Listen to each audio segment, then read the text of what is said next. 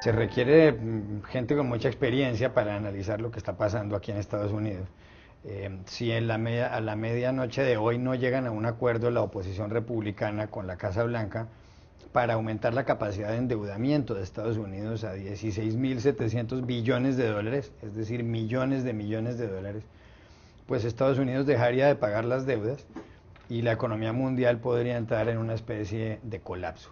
Al parecer, en el Senado hay un convenio, un acuerdo inicial entre el líder de la mayoría demócrata, el señor Harry Reid, y el líder de la minoría republicana, Mitch McConnell. Hay que ver si en la Cámara de Representantes acceden a llegar a ese acuerdo, porque el presidente republicano de esa corporación, John Boehner, es quien se ha negado insistentemente a aumentar el techo de la deuda. Se ha hablado de muchas alternativas para que el presidente Obama evite el hecho de que Estados Unidos entre en suspensión de pagos si no se aumenta el techo de la deuda. Incluso se ha llegado a hablar de que puede acuñar una moneda de $1 billón, 1 millón de millones de dólares, y depositarla en la Reserva Federal. La pregunta es cómo se puede evitar que vuelva a presentarse una situación como estas y que la economía mundial se vea al borde del abismo. Que los americanos se van a las elecciones e elijan gentes razonables, ¿no? Es la única manera de hacerlo, porque Estados Unidos hoy está rehén de un grupo de extrema derecha fundamentalista en el Congreso de republicanos que no permiten al speaker, al líder presidente de la Cámara de Diputados, haga lo que tiene que hacer, que es someter a la votación una continuing resolution que permita reabrir el gobierno y aumentar el techo de la deuda. Son dos cosas separadas que se puede hacer. Creo que cualquier que sea la evolución, ya tenemos, Juan Carlos, una cosa nueva. El Estados Unidos se transforma en un factor de incertidumbre en el escenario económico internacional. Esto es muy serio. No es todavía de inestabilidad, pero ya no se puede prever más en la ciudad donde están las instituciones financieras internacionales creadas por Estados Unidos al final de la Segunda Guerra para garantir la estabilidad. Tenemos en los Estados Unidos, digamos, irradiando esta incertidumbre. Es algo muy grave. Creo que, como dice Bernanke, el presidente del Banco Central aquí, y otros, ¿no? Esto es potencialmente catastrófico. Es increíble que ocurra esto, como dice Paulo Sotero, Silvia, por el hecho de que haya un pequeño grupo en el Partido Republicano, que es el partido del Té, el Tea Party, de que simplemente lo que pide a cambio de que se eleve el techo de la deuda o de que se reabra el gobierno aquí en Estados Unidos. Recordemos que unos 450.000 trabajadores del gobierno federal no están yendo desde hace más de 2 semanas a su trabajo y no reciben sueldo, simplemente porque los señores del Tea Party quieren que la reforma al sistema de la sanidad o al sistema de salud, por la cual gentes que no tenían un seguro médico ahora lo tengan, pues los señores del Tea Party quieren quitarle dinero a esta ley, quitarle posibilidades de que se financie. No tan simplemente, o sea, es todo un tema. La reforma de salud es un tema que fue aprobado por el Congreso, debatido durante un año, aprobado por la Corte Suprema de Estados Unidos, que revisó algunos planteamientos anticonstitucionales, y nos encontramos de repente con 60 señores o 70, 75 quieren poner, negociamos 75, que de repente tienen el poder o han encontrado la manera de embestir contra esta norma y se largan. Lo curioso del asunto es que, tomando un poco lo que señalábamos, ¿no? Que esto pasa en Estados Unidos. Y vos decías, ¿qué se puede hacer para evitarlo? Muchas cosas se pueden hacer, muchísimas. Obama no quiso hacerlas, no quiere hacerlas. Obama considera que es el Congreso el que tiene que autorizar el techo de deuda. Creo que lo hace con cierta malicia, para poner el foco en el problema republicano. Si es esto, está jugando con fuego. Pero, digamos, se podrían haber hecho cosas, eso sí, ninguna de ellas satisfactoria. Todas dudosas. Podría haber hecho la moneda de $1 billón de dólares, que yo la voy a recomendar si sigue la inflación así para la Argentina, pero esta es otra historia. Pero hay recursos, todos ellos feos. El mejor comentario sobre lo que está pasando en Estados Unidos se lo escuché a una señora que dijo, parece mentira, gente grande. Gente adulta. Sí. John, ¿no es increíble que quizás por un interés político de los dos partidos, del Partido Republicano principalmente y del presidente Barack Obama, todo ello de cara a las próximas elecciones, el año entrante hay elecciones para renovar los más de 400 escaños de la Cámara de Representantes, estén poniendo en juego y en riesgo la economía mundial? Claro, es que hay mucho tiempo para llegar a las elecciones, aunque sean un poco más de un año.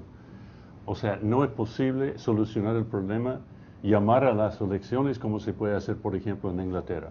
Entonces, el impasse político sigue. Hoy día va a pasar lo que siempre hemos sabido que va a pasar, que tiene que pasar. O sea, que los demócratas van a votar por una propuesta con una veintena de republicanos y eso va a solucionar el problema. Siempre hemos sabido que va a terminar con eso. O sea, finalmente, a fin de cabo, una capitulación de la ultraderecha en la Cámara de Representantes. ¿Por qué llegaron a esto sabiendo que eso iba a ser el desenlace? Es increíble. El Warren Buffett, el gran financista de Estados Unidos, acabo de decir que una solución, bueno, razonable, y no estamos, bueno, las soluciones razonables son las menos probables en este caso, pero una solución razonable sería que los dos partidos renuncien al uso de la arma de la deuda para las políticas públicas. Sería razonable, por lo tanto, creo que no va a pasar. Yo creo que hay aquí una cosa más profunda. Yo creo que hay una subversión de la democracia. Yo creo que hay un grupo que ha decidido, saben por las tendencias demográficas y otras, que no van a tener acceso a la Casa Blanca por un tiempo, los republicanos, y hay un grupo ahí que ha decidido hacer obstáculo, parar a la Casa Blanca, parar al Poder Ejecutivo, porque no tienen control sobre él. Esto es algo que pone en cuestión el compromiso democrático en Estados Unidos. Esto está ya en las páginas de los periódicos. Y otra cosa, pero esto que usted hablaba, Silvia, de la creación de una nueva moneda temporal, ahí ya estamos en Macondo, ¿no? Sí, claro. Esto es otra cosa. Critican a Argentina por una cosa y a Brasil a veces por manipular la moneda y hacer cosas contables. Esto es una barbaridad. Que piensen esto, ¿no? Sí. Este es el país que tiene la moneda de reserva internacional. Esto es muy, muy importante. ¿Tú no crees? Yo cuando escucho eso de que es la perversión de la democracia, al contrario, yo lo veo de otra manera. Creo que es la expresión de la democracia. Hay que aceptar que no todo el mundo piensa igual y que no todo el mundo está dispuesto siempre a seguir a rajatabla el manual del buen pensante. Lo que hay que saber es lidiar con eso. Creo que está faltando liderazgo. Hay un compromiso aquí, lo que usted describió. Hubo una ley que fue aprobada. Hubo después una elección presidencial en que el señor que hizo la proposición fue reelecto. Sí. Fue la Suprema Corte. La cosa fue aprobada, es constitucional. La reforma de la salud. Sí. Aquí en democracia se para. Está agotada la discusión, vamos a implementar y ahí en el sistema democrático sin bloqueos vamos a reformar, a perfeccionar las cosas. Sí, pero al final están bloqueando los señores del Partido Republicano prácticamente todo. Incluso en estos días ha habido columnas en Estados Unidos que dicen que posiblemente es mejor un sistema parlamentario como los que hay en Europa. Claro que Estados Unidos no va a cambiar su sistema, pero en el sentido de que en los regímenes parlamentarios el partido que gana por mayoría absoluta gobierna y el otro hace silencio y se acabó. Sí. Eso puede sonar peligroso también, pero... Las reglas de juego están claras y contradictorias. O sea, ningún sistema democrático está a salvo de contradicciones, de impases como esto. Entonces, siguiendo las reglas, están los republicanos dentro de sus derechos en tratar de cambiar la ley utilizando la arma del presupuesto. Eso no es ilegal. Razonable tampoco, pero no es ilegal. Me hace pensar en la teoría, en la estrategia de los grupos revolucionarios de los años 60-70 de agudizar las contradicciones. Se escucha a los republicanos hablar mucho de en ese tipo de lenguaje, de que es necesario un rompimiento del sistema, porque el sistema está podrido. Entonces, tanto peor es la crisis, tanto mejor la solución que viene. Con una diferencia. ¿Cuál? Me parece que aquellos del 70 que hacían esto eran idealistas, que trataban de romper y plantar.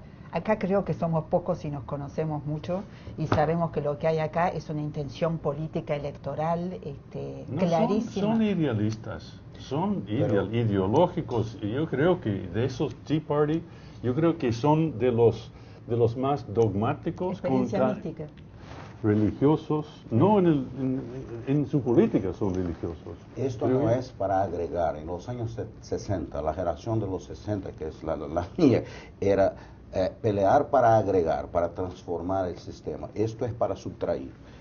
Hay también otro que se habla, que se debe hablar de esto claramente. Hay un elemento racista en todo esto, porque el primer presidente de Estados Unidos, negro, hay un elemento en contra de él.